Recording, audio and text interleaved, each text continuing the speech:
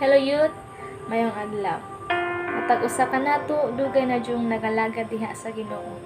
Pero ang question is, ang Holy Spirit is nagpuyo na ba o nadawat na ba nato sa atong kinabuhi? Kaya ang pulong sa Ginoo nagaingon nga ang Holy Spirit is our number one teachers. Siya nang magaguide, siya nang magwarning sa atoa kung ang atong mga desisyon sa atong kinabuhi makapahamak ba sa tuwa or makadaot or maayo ba ang atong mga desisyon sa atong kinabuhi. Mo nang paharion nato ang Holy Spirit sa atong kinabuhi. Kay nag-ingon ang pulong sa Ginoo in 1 Corinthians chapter 6 verse 19 to 20. Don't you know that your body is the temple of the Holy Spirit who lives in you and was given to you by God? You do not belong to yourself, for God bought you with a high price, so you must honor God with your body. So, makaingon man yun tanong nga sa atong mga desisyon sa atong kinabuhi, mahimo yung magsigira tag karakarag desisyon sa atong kinabuhi. Wala taga gating kung ang kana ba nga mga desisyon sa atong kinabuhi is makapa-honor ba ni God or malipay ba ang Ginoo sa atong mga gipabuhat diri sa kalibutan. Pero remember youth nga every time nga natay pagabuhaton, every time nga natay desisyon sa atong kinabuhi, remember that always ask the guidance of the Lord or always ask the guidance of the Holy Spirit. Kay sa usa pa mao na ang atong magaguide sa atoa, mao na siya ang mutabang sa atoa kung ang atong mga desisyon. Basta remember gyud nga kung ato bang pagabuhaton is nakapa-honor ni God, kung ang ato bang pagabuhaton is align ba sa kung unsa ang gusto nga pagahim or kung unsa ang gusto nga himuon sa Ginoo sa imong kinabuhi. Every time nga mahimo tag mga butang nga dili gani kabalo jud ta nga dili jud uyon ang Ginoo sa atong mga ginabuhat. So stop it. Warning na jud na kung kabalo ta nga dili, so ayaw jud buhata, ayaw himuha nga kung nay maingon nimo nga try lang, pero ayaw jud i-try kay kabalo naman ta nga makadaot sa atoa. So kay nag-ingon man sad no ang pulong sa Ginoo sa Galatians chapter 2 verse 20, I no longer live, but Christ lives in me. Mo na no.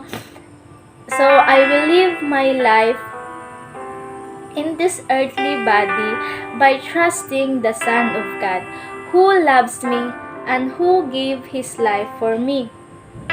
So mo na no nga sa atong kinabuhi, dili lang ta always nga ako raning desisyon, ako sige lang tag ako, pero malimtan na nato nga ang Ginoo di ay is dili mahimaya sa atong mga ginabuhat. So mo na ano nga dili lang ta ingon nga sige lang kay tungod makaingon ka, yes imuha nang kinabuhi, pero kinsa may gahatag ana, kinsa man ang naghatag sa imuha kinabuhi. So ang tubag is ang Ginoo. So kinahanglan nga kung unsa gani ang iyahang gusto nga pagabuhaton or ang plano sa Ginoo sa imong kinabuhi, kinahanglan nga imuha jud nang tumanon. So dili lang ta ingon nga ako ning desisyon, so kabalo man jud ta nga kung unsa ang atong desisyon may responsibilidad ta. Pero makaingon ka nga i-choose pa ba nimo ang mga ways nga makapahamak sa imuha nga naaman tani butang nga mga ways na makapamaayo sa imuha. Mo jud ang budlay karon sa mga tawo kay kanang gusto nila nga pasakitan pa or makahiagom pa og mga kasakitan before ma-realize nga naadi ay butang nga maayo nga nung pilion pa man to na kung dili maayo, di ba? So mo na nga sa tong kinabuhi is always ask the guidance of the Holy Spirit. Kana ganing makaingon ka kay tungod ang atong kinabuhi gikan sa Ginoo. So kinahanglan nga magbuhat tag mga butang para sa iyang kahimayaan magbuhat tag mga butang nga mahimaya gani siya, dili ang atong kinabuhi may mahimaya kun dili mao ang Ginoo. So now nga kung ang Holy Spirit na diha nimo ingon ang pulong sa Ginoo sa Galatians chapter 5 verse 22 nga, but the fruit of the Holy Spirit is love, joy, peace, patience, goodness, kindness, and faithfulness. So kung ang Holy Spirit na nato, so ang atong kinabuhi dili na lisod muhigugma atong kinabuhi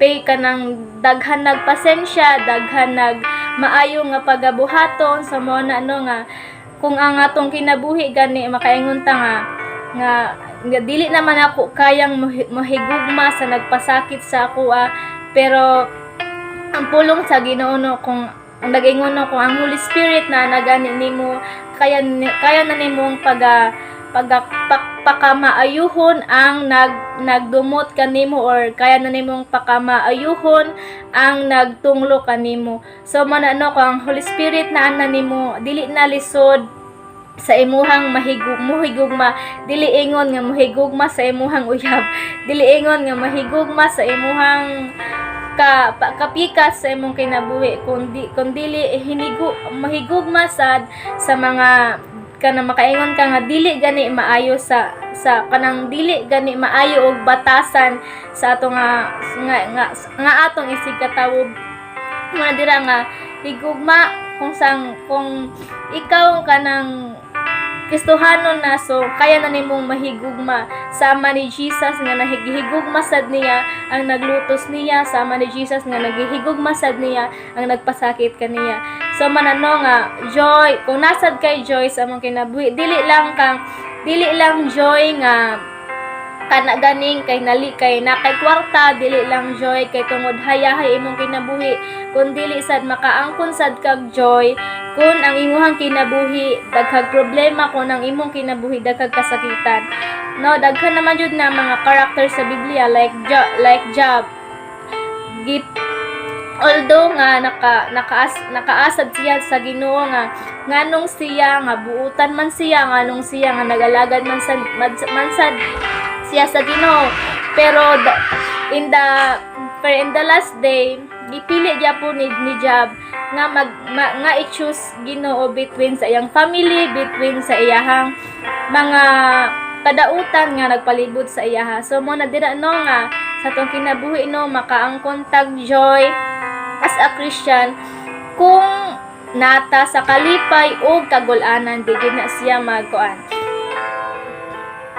So mo na dira ang ingon pod ang pulong sa Ginoo sa Galatians chapter 5 verse 25, kay ang Espiritu mooy naghatag kanako kinabuhi, so kinahanglan nga paharion sad siya nako sa akong kinabuhi. So mao na nga atong i-think nga kay ang Ginoo man naghatag sa tuwag kinabuhi, so kinahanglan nga siya ang hari sa atong kinabuhi. Makaingon ta ba nga i-offer na to atong life diha ni Jesus. Makaingon ta nga kay tungod gikan man nimong kinabuhi, so ako ning gamiton para ikaw madayaw, para ikaw mahimaya dinhi sa kalibutan. So nga kalimtan nimo ang imuhang kaagalingon kanang makaingon ka nga kay si Jesus na ang nagtagiya sa imong kinabuhi. So kinahanglan nga kun unsa gani ang pagabuhaton ni Jesus ang una, kung unsay ang ginabuhat sa una, so kinahanglan atong i-apply sa atong kinabuhi kay siya naman ang naghari sa atong kinabuhi. So mo na, God bless.